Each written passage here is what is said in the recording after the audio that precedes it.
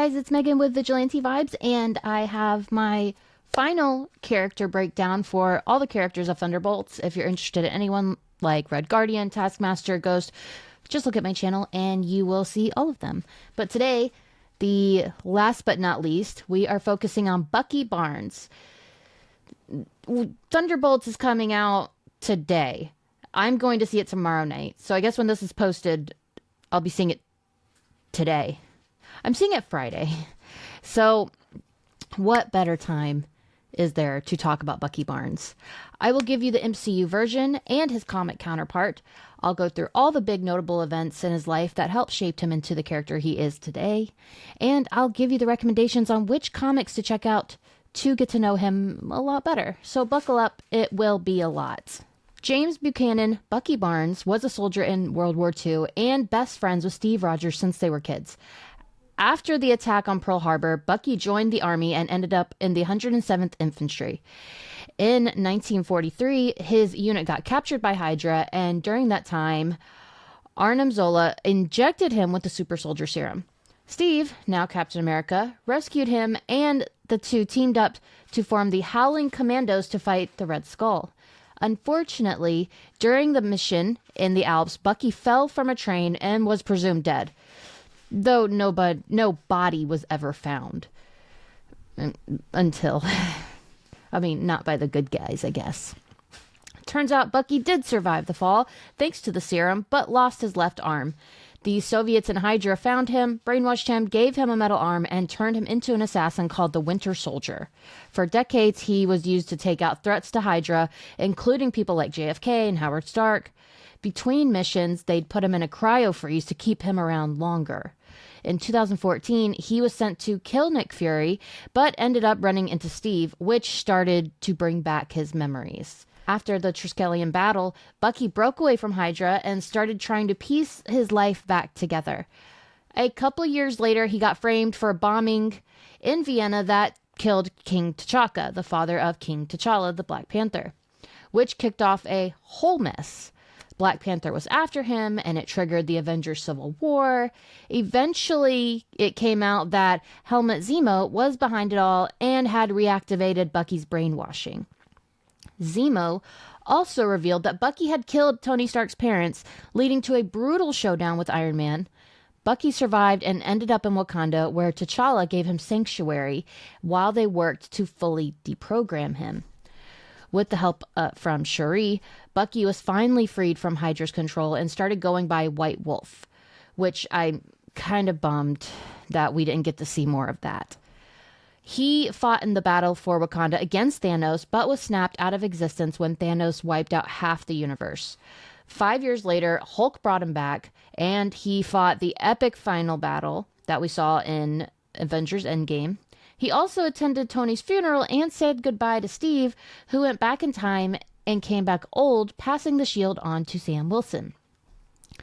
Trying to make amends for his past, Bucky was thrown back into action when John Walker became the new Captain America, and the Flag Smashers showed up to challenge how the world was dealing with the blip.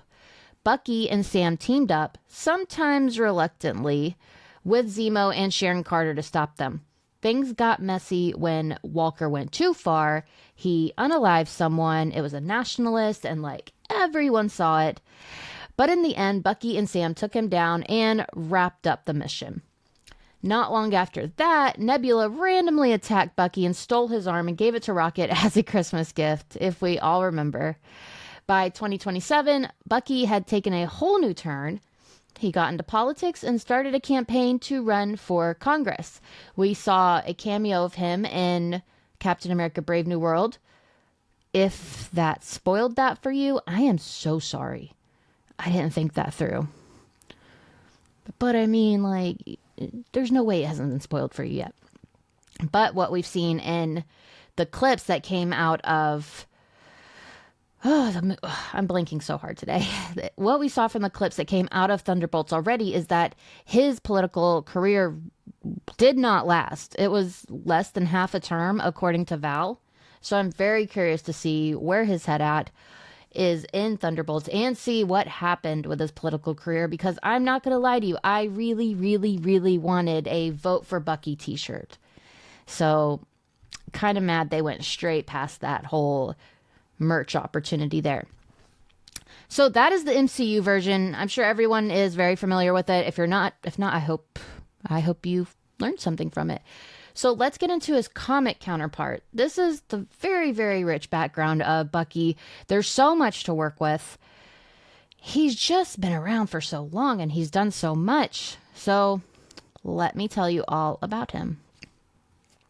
Originally introduced as a sidekick to Captain America, the character was created by Joe Simon and Jack Kirby and first appeared in Captain America Comics #1, cover dated March 1941, which was published by Marvel's predecessor, Timely Comics. That's how long he has been around. He is... God bless him. James Bucky Barnes started out as an American soldier during World War II after growing up as a ward of the state.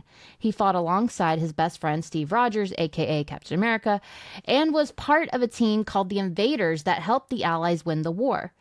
You can see this in Captain America Comics #1, like I said. Everyone thought Bucky died near the end of it, but he actually was found by the Soviets, brainwashed by a guy named Vasily Karpov, and turned into the Winter Soldier, a deadly assassin used for the secret missions over the next 50 years. This can be seen in Captain America Volume 5, number 50. Eventually, Bucky's memories came back, and after Steve Rogers was presumed dead, Bucky stepped in and became the new Captain America for a while. He even joined the Avengers. You can see that in Captain America Volume 5, number 34. When Steve returned, Bucky gave up the shield, went back to being the Winter Soldier, which we see in Winter Soldier #1. That's a very quick breakdown of his character, but I'd like to take it back a lot further. Bucky Barnes was born in 1925 and lost both of his parents at a young age. His mom passed away when he was little, and his dad died during basic training. He and his sister Rebecca were separated, with her sent to a boarding school while Bucky convinced officials to let him stay at Camp Lehigh, where he eventually became the camp mascot. By 1940, during World War II, Bucky was running a little side hustle getting supplies for soldiers. He later went back to England and trained with British commandos, picking up hand-to-hand combat skills and taking on special ops missions. After his combat training, Bucky met Steve Rogers, now Captain America, and was assigned to work with him, though he didn't know at first what Cap was really up to. He didn't know he was Captain America. He didn't know his secret identity. That changed when Bucky accidentally saw Steve in costume and was sworn to secrecy. From there, he joined Cap on his first mission against the Red Skull and later trained under him to become his own masked sidekick, Bucky, meant to counteract the influence of the Hitler Youth. Though a bit skeptical of Steve's idealism at first, the two became inseparable. After the U.S. entered World War II, after the attack on Pearl Harbor, Captain America and Bucky dropped their military roles to fight full-time as costumed heroes. They teamed up with a submariner, the original Human Torch, and his sidekick Toro, forming a group Winston Churchill called the Invaders. Bucky was a key member, but briefly stepped away in 1942 to lead a group of teen soldiers called the Kid Commandos. He also pulled together a team of superpowered heroes called the Liberty Legion to fight threats at home and work with another teen group, the Young Allies. So he's just jumping from group to group. He is a busy, busy guy. In late 1945, near the end of the war, Cap and Bucky were in London chasing down Nazi scientist Baron Zemo, who was trying to steal an experimental drone plane. During a fight with Zemo's robot, both of them were knocked out and strapped to the plane, which Zemo planned to send to Hitler. He even changed their costumes to army uniforms just out of spite. They woke up just in time to escape, grabbed a motorcycle, and chased after the plane. As it started taking off, they jumped for it. Bucky made it, but Cap missed and warned him to let go in case it was rigged. Bucky couldn't. His sleeve got caught. The plane exploded, and Bucky was presumed dead. Cap fell into the ocean and ended up frozen, but Bucky's body was never found, which only adds to the mystery around his fate. Turns out Bucky survived the explosion, but just barely. He lost his left arm in the blast and ended up in icy waters, going through a similar freezing process as Cap. After the war, a Russian sub searching for Captain America stumbled upon Bucky's body instead. They found he didn't have the super soldier serum, but still put him in cryo. The Soviets turned him into the White Soldier, sending him around the world for high-level assassinations. In 1946, he was even ordered to kill Itsu, the pregnant wife of Logan, aka Wolverine.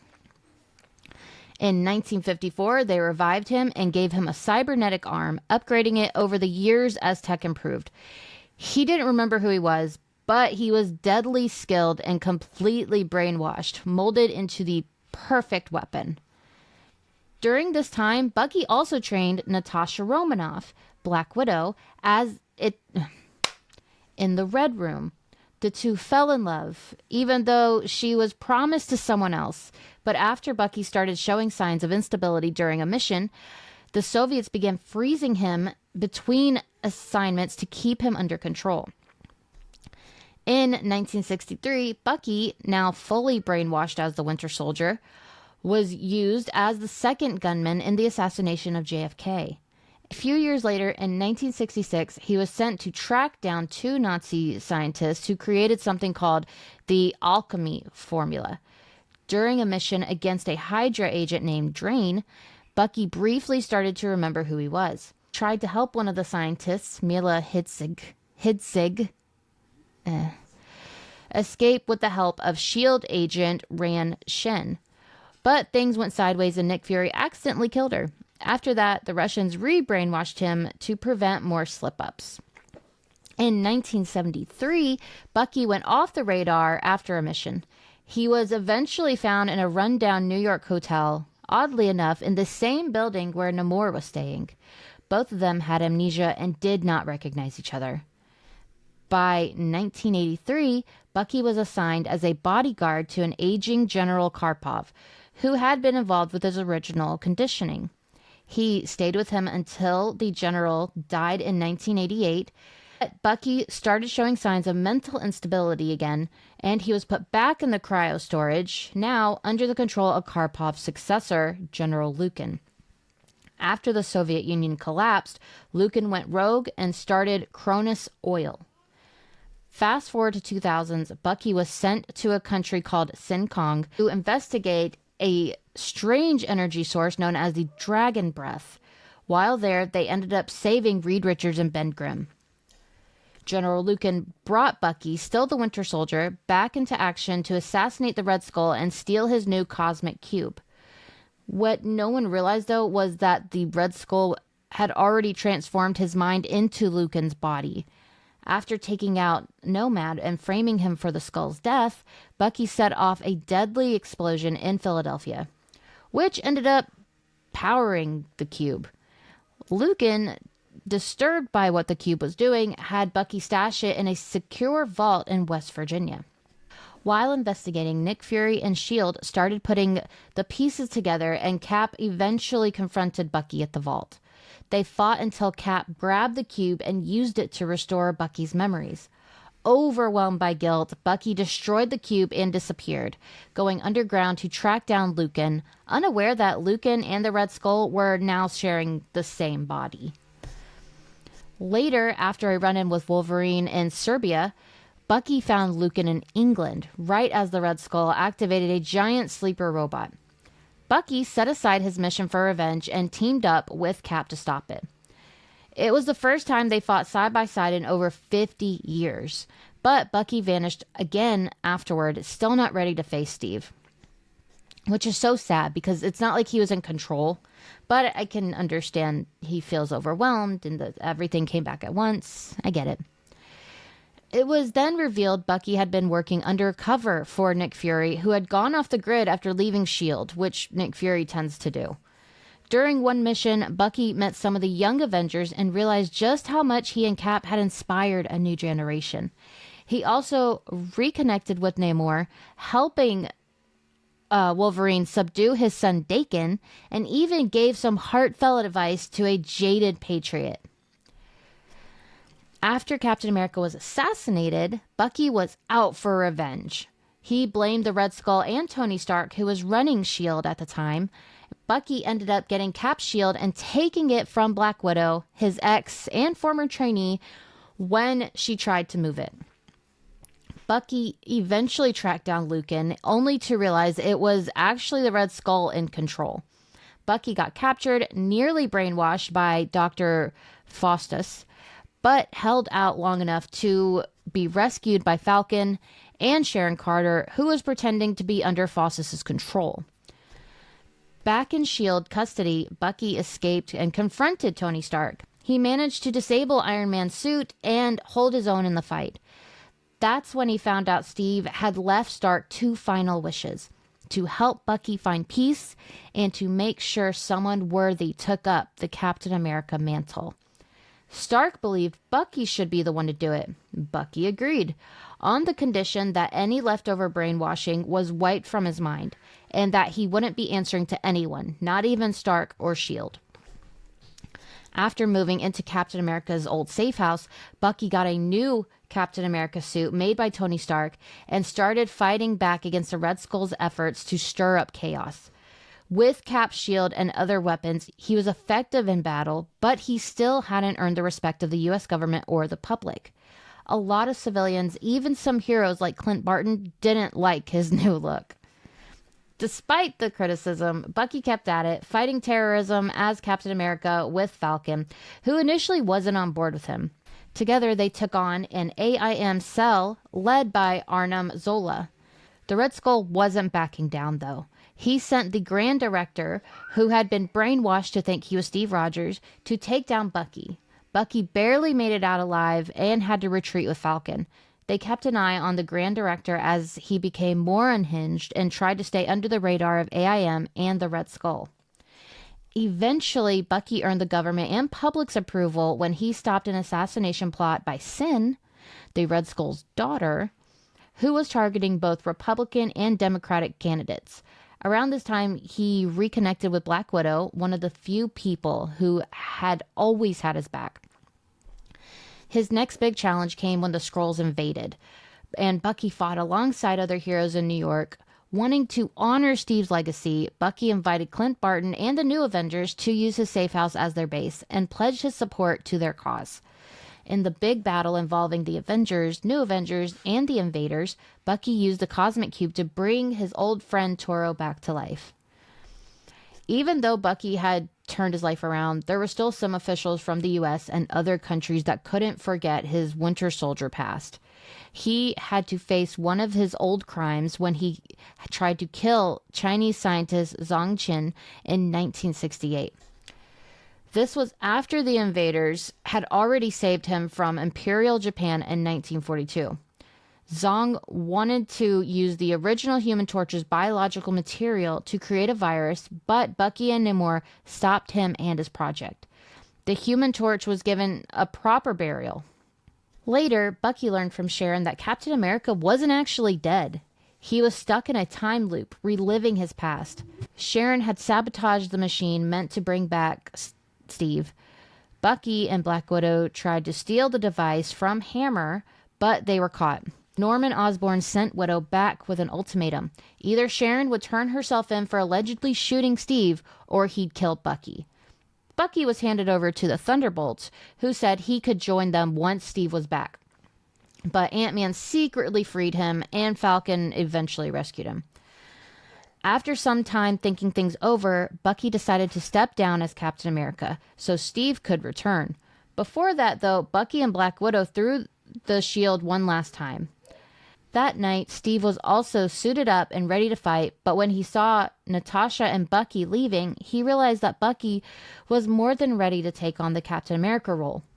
The two had a quick battle with Mr. Hyde and his henchmen, and once the fight was over, Steve officially handed the shield to Bucky, giving him his full blessing.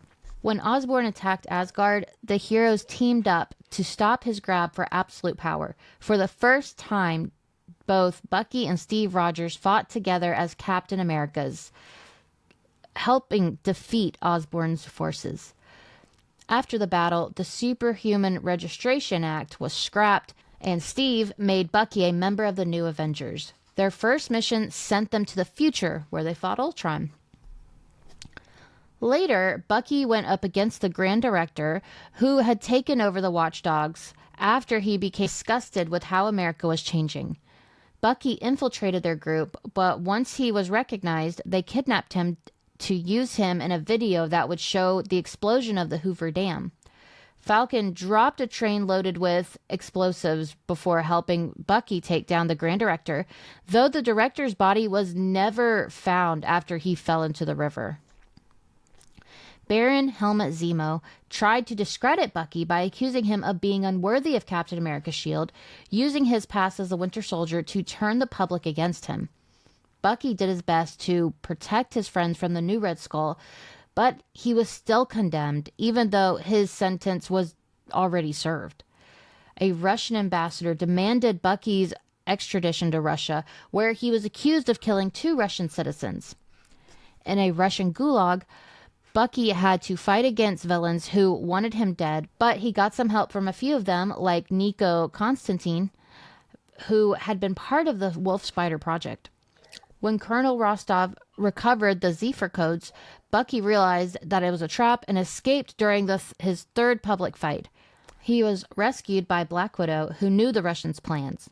The 2 citizens Bucky had supposedly killed in 1982 were actually KGB agents of Rostov. When Scotty attacked Washington, D.C., Bucky was there to stop her, and her power was too much, and he got beaten nearly to death. Before passing out, he told Black Widow to warn people about the Serpent. He was rushed to Nick Fury, who gave him the Infinity Formula, saving his life and healing him. Bucky decided to go underground again and took up his Winter Soldier persona. His life model decoy was buried at the Arlington National Cemetery. Now he is back to being Winter Soldier. Again. Believed dead and looking for redemption, James went off the grid with Black Widow, protecting the Cold War sleeper agents. He took down 2 of the 3 super soldiers Madame Von Bardas used to try and kill Dr. Doom. The third, Leo Novikov, had woken up from hibernation years earlier. Leo saw Bucky as a traitor, so he sent him a message by killing another Bucky and kidnapping Black Widow to get to him. Bucky, wanting to save her, took the mission Leo set up and fought Daredevil. He eventually defeated Leo, but Leo got his revenge. Natasha got back all her memories except the ones about Bucky. Later, Bucky faced Tesla Tarasova, the daughter of a man he killed in 1983. Tesla had taken down Father Hammer, the leader of an island where the orphans were raised as weapons, and was trying to change her past using the cosmic rays her father invented. After a battle at a space base, S.H.I.E.L.D. attacked and Bucky and Tesla escaped. Eventually, Bucky reappeared as part of the reformed All-New Invaders, fighting against the Kree Tenalth and rescuing Toro, now an Inhuman, from Kurt Dagmar. This gave Bucky the chance to investigate Martian attacks and their connection to Killraven. In the meantime, Bucky was keeping tabs on Natasha and acting as her personal guardian angel on multiple occasions. Bucky was one of the heroes Nick Fury secretly gathered to supposedly investigate Uatu, the Watcher's death, but it turned out they were actually being set up to track Nick Fury's secret activities as the Man on the Wall, the first line of defense against the space invaders, with the goal of replacing him. When Bucky figured out he'd been played, he attacked the LMD, life model decoy, of Nick Fury at Avengers Tower and used it to find the real Fury's location. The other heroes also made their way to the same spot, a hidden satellite. There, the older Fury confronted them and explained his plans. When Fury got an alert that the LMD's body had self-destructed, someone had tried to investigate it, he took one of the Watcher's eyes from Bucky and locked himself in a secure room, trying to activate the second eyes he'd been hiding. When the Avengers arrived, with Iron Man tracking the LMD signal, Fury confronted them, now suited up and holding both Watcher's eyes, saying his eyes had been opened. Fury fought off the heroes and made it back to the Watcher's citadel, where Dr. Midas was trying to take even more power. Fury fought Midas's mindless ones, but one of the Watcher's eyes had taken by the orb, and Fury almost lost the battle. However, Bucky and the other heroes Fury had chosen arrived just in time, as they tend to do, and they got Fury to admit that he was the one who killed Uatu. After Fury supposedly died in an explosion that took out Midas, Bucky took over as the new Man on the Wall. Bucky brought Daisy Johnson along for a space mission as the Man on the Wall. After killing the King of Syro and stealing a sacred beast, Resner, he started digging into an empathogen drug called Ilum, which led him to Loki. Bucky tracked Loki down to Asgardia, even though an older version of Bucky had already shot him with an Ilum bullet. Loki eventually revealed that Ilum came from the planet Merzibo, ruled by Princess Ventolin, a new threat in space according to Fury. Meanwhile, the older Bucky secretly told Daisy about his efforts to fix James' future, like he'd tried with his past selves in other realities. James and Daisy made their way to Merzibo, where they were greeted peacefully by the Pauri. James fell for Princess Ventolin, but things quickly went south when a guy wearing Crossbones' mask showed up at the palace, stabbed Daisy, and tried to blow the place up. Turns out this villain was Nick Fury Jr. from the older Bucky's reality, and he was out to teach the Winter Soldier about hate because his own dad's absence had left a mark on him. So daddy issues. Loki stepped in to stop the destruction of Merzibo and wanting to control the Ilum trade and helped take down Crossbones. But Loki tricked Daisy into sending her his gun moon planetoid Ventur, where Crossbones would face the two Winter Soldiers. Daisy had already wounded Crossbones, who was trying to escape through a white hole. The older Bucky chased him, crashed his shuttle, and ended up back in his original universe, where Crossbones died and Bucky was reunited with Ventolin on the reborn planet Syro. On Earth 616, Loki was imprisoned by Ventolin, and she and Bucky finally got to be together, knowing how deep their feelings ran. The Winter Soldier got involved in the search for a secret shield operation dealing with cosmic cube fragments known as the Kobik Initiative. After taking down a few shield outposts in his quest for answers, Bucky ended up being tracked by Steve. He eventually met up with Steve, filled him in on the operation, and escaped before the agents could catch him. Bucky later infiltrated Pleasant Hill, a prison for the supervillains where the cosmic cube Kobik was being held. Right before Bucky arrived, Baron Zemo had orchestrated a big breakout. Bucky found Sam Wilson, who had taken up the shield of Captain America after Steve lost his super soldier serum, and was looking for Steve. By the time they all reunited, Kobik had restored Steve to his prime. The three of them teamed up with the Avengers and the Avengers Unity Division to put an end to Zemo's plans. During the final battle, Kobik realized how Zemo had been manipulating her. Bucky prepared to shoot her, thinking she was too dangerous, but she threw him out of the window and away from the fight. After everything calmed down, Kobik found Bucky again, apologizing and begging to prove she could do good. Bucky agreed to take her in, and she told him that she wanted to bring some friends along too. This led to Bucky forming a new version of the Thunderbolts, tasked with guarding Kobik and being Earth's last defense against alien threats, all while continuing his role as the Man on the Wall. Even with the Thunderbolts, Bucky would still go on solo missions sometimes, and even though he tried to move on from Natasha, she was always on his mind, and he still found himself protecting her from the shadows. One time, Bucky got captured by Recluse, who wanted to bring revenge on Natasha for killing their mentor and leaving her behind. When Natasha showed up, she freed Bucky, and the two teamed up to take down Recluse. Before they left, Bucky let her know that Fury wanted to talk to her. Natasha agreed to meet with Fury on the moon, and they were joined by Lion. Unbeknownst to them, Lion had a secret plan to leave them stranded there. Once they arrived, Lion tried to steal all of Fury's knowledge, but got overloaded and died. So, womp womp. Meanwhile, the stowaway was getting ready to leave, and their oxygen was running low. Natasha gave Bucky all of hers so he could stop the ship from taking off as a way to repay him for always looking out for her. Once Bucky took control of the situation, he rushed back to Natasha, tried to bring her back. Just when he was about to get up, she groaned and the two kissed.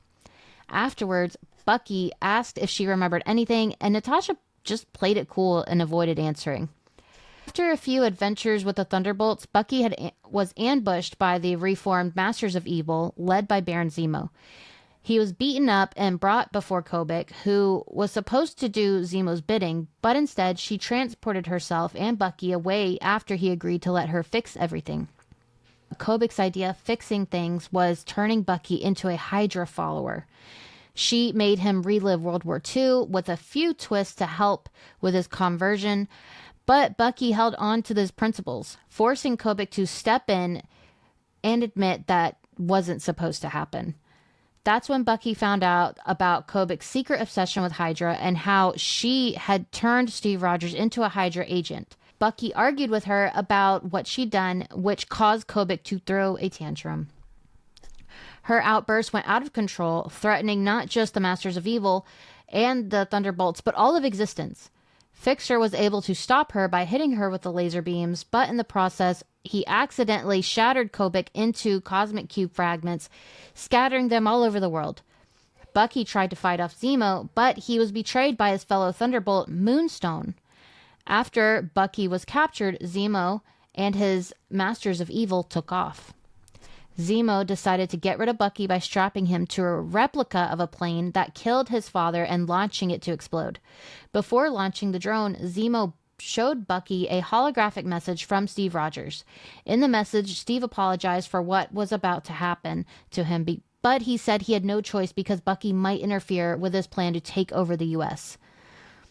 The message devastated Bucky, and he declared that it wasn't Steve. Zemo launched the drone, which exploded over the ocean, seemingly killing Bucky. But Bucky actually survived the explosion and was rescued by Namor, who took him in as his advisor. Later, Namor introduced Bucky to the American superheroes who had come together to fight Hydra and restore the country. When Sam Wilson was given the last fragment of the Cosmic Cube to an alternate version of Steve Rogers, Ant-Man shrank Bucky down to a subatomic level inside the cube to reach Kobik's mind and bring her and the real Steve Rogers back. In the end, the Hydra version of Steve was defeated by the real one. So, that is the short and the long bit of who Bucky is as a character. I hope you learned something, and I hope you didn't mind me rambling for so long. I just really like doing these. So, as always, I have comics that you can check out to get to know Bucky even better. So if I miss any, please let me know, because I'm not a comic expert. I just know the things I've read and what I've enjoyed. So if you have any better options, please let me know in the comments. So starting off with where he first appeared, Captain America Comics #1. The next one, the Winter Soldier run from 2012, which I have to say I think does the best job at getting into who Bucky is as the Winter Soldier. So highly recommend that run. The next one, Winter Soldier from 2018. And then Bucky Barnes, the Winter Soldier. Falcon and Winter Soldier. Captain America from 2004. Winter Soldier, The Bitter March. And Captain America, Sentinel of Liberty. So, you have your comics, you have your story, and nothing else to do really but to wait for Thunderbolts. So keep an eye out for my review of Thunderbolts, because I will be giving it as soon as I get home from the theater, so you get a pretty immediate reaction to what I thought of it. And I hope you enjoyed this character breakdown. So with that being said, have a marvelous day.